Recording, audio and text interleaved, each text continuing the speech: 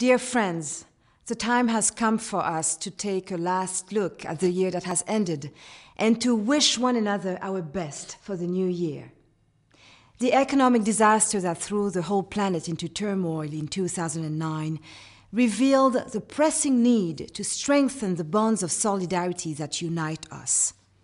I believe that the financial crisis we have gone through together is also and mainly a crisis of values that urgently requires an ethic of sharing.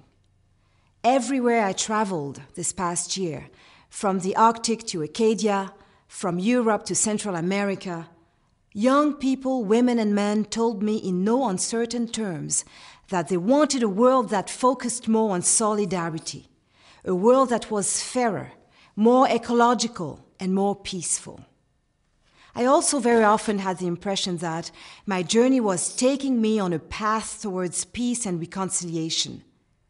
Here in Canada, we have chosen to embrace the luminous promise of the truth and address the dark and painful chapter of Aboriginal residential schools, rather than push it from our minds.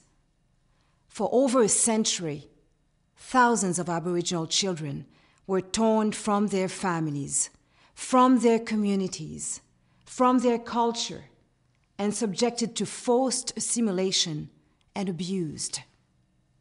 Because of this, all of us were collectively dispossessed of the ancestral languages and cultures that are our deepest roots in this continent.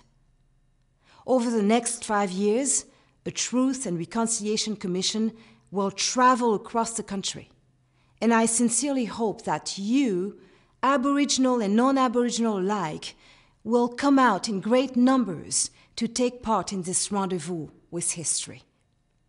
It is Canada's desire to seek the truth and to make amends that makes it a symbol of hope for so many people around the world.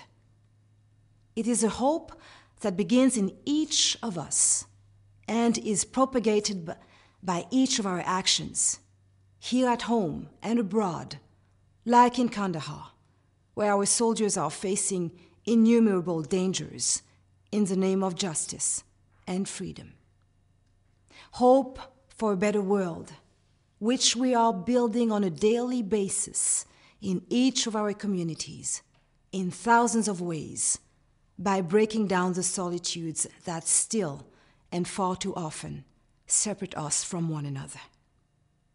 It is in this spirit that we are preparing to bring Olympism to Canada in 2010, by welcoming the entire world to Vancouver to make the Olympic and Paralympic Games not only a unique opportunity to excel, but also a wonderful celebration of friendship. My husband Jean-Daniel, our daughter Marie-Hélène, and I would like to offer all of you our best wishes for peace, prosperity, and happiness.